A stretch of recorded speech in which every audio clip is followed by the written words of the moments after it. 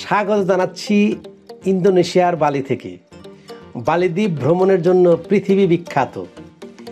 ইন্দোনেশিয়ার বালিতে রয়েছে প্রায় ৬০০ বছরের পুরনো তানাহ লট মন্দির। বালি থেকে ২০ কিলোমিটার উত্তর পশ্চিমে তানাহ লট মন্দির। সমুদ্র তটে একটি বড় পাথরের উপরে অবস্থিত এই মন্দির সমুদ্র দেবতার ৭টি মন্দিরের মধ্যে অন্যতম একটি হলো এই মন্দির। এই মন্দির বিশ্বের সেরা মন্দিরগুলোর মধ্যে একটি। এই মন্দির তার প্রাকৃতিক সৌন্দর্যের জন্য পৃথিবী বিখ্যাত। জানা যায় ১৫ শতাব্দীতে প্রায় ৬০০ বছর আগে এই মন্দির নির্মাণ করা হয়েছিল। নিরথ নামের একজন, তিনি জেলেদের সাহায্যে এই মন্দিরটি নির্মাণ করেছিলেন। আর সূর্যাস্তের সময় এই মন্দিরের রূপ আরও জমকালো হয়। সমুদ্র দেবতাকে সমর্পিত এই মন্দির বালির পৌরাণিক মাহাত্ম্যকে আরও বাড়িয়ে তুলেছে। বলা হয়ে থাকে যে দুষ্ট আত্মার হাত থেকে এই মন্দিরকে রক্ষা করে মন্দিরের শিলার নিচে অবস্থিত এক বিশাল সাপ। ইতিহাস অনুসারে নিরর্থের উন্না থেকে জন্ম হয়েছিল এই সাপের।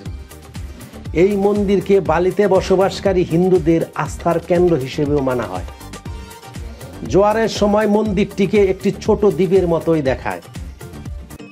বিশাল সুনীল সমুদ্র, তার মাঝে একটা কালো পাথরকে কেটে বানানো হয়েছে এই বিখ্যাত তানাহ লট টেম্পল। আর এই টেম্পলে প্রবেশ করতে প্রতিজনের জন্য ৩০,০০০ রুপিয়া টিকিট। মূল মন্দিরের ভেতরে ঢোকার অনুমতি না থাকলেও মন্দিরের স্তম্ভের অর্থাৎ পাথরখণ্ডের একটি নির্দিষ্ট উচ্চতা পর্যন্ত উঠা যায়। তবে পবিত্র পানি দিয়ে হাত মুখ ধুয়ে কিছু রুপিয়া দান করার পরেই সেটা সম্ভব। পৃথিবীর বহু দেশ থেকে ভ্রমণ পিপাসুরা আসেন বালি দ্বীপের প্রাকৃতিক রূপে নিজেদের সিক্ত করতে। বালি দ্বীপটি আসলে এশিয়া ও অস্ট্রেলিয়া মহাদেশের মধ্যবর্তী স্থানে অবস্থিত। বালির রাজধানী হলো দেনপাসার, আর এই দেনপাসারই হচ্ছে ইন্টারন্যাশনাল এয়ারপোর্ট। এছাড়া বালি পৃথিবীর অন্তিম স্বর্গোদ্যান বা the last paradise on earth নামে পরিচিত। সূর্যাস্তের সময় এই মন্দিরের রূপ আরো জমকালো হয়। সমুদ্র দেবতাকে সমর্পিত এই মন্দির বালির পৌরাণিক মাহাত্ম্য বাড়িয়ে তুলেছে।